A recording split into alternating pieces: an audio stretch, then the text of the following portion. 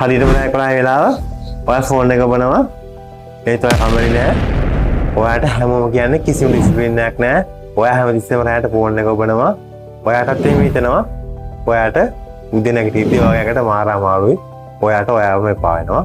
චූටෙක් university එකේ ප්‍රෝකෝසස් කියන විද්‍යාර්ථිවරිය 2014 දී මේකට නමක් දුන්නා. බෙඩ් ටයිම් ප්‍රොක්‍රැස්ටිනේෂන් කියලා.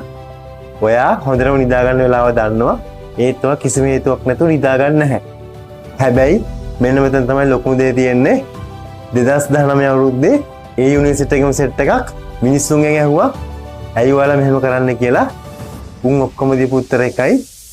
ඒගොල්ලෝ හැමෝම කිව්වේ දවස් 30 මනුන්ට වැඩ ගන්නවා. මෙන්න මේ පැය විතරක් මගේ කියලා. පොඩ්ඩක් ඔයාගෙන හිතලා බලන්න. ඔයා උදේ පාර නැගිටිනවා, පාර නැගිටලා වැට්ට යනවා.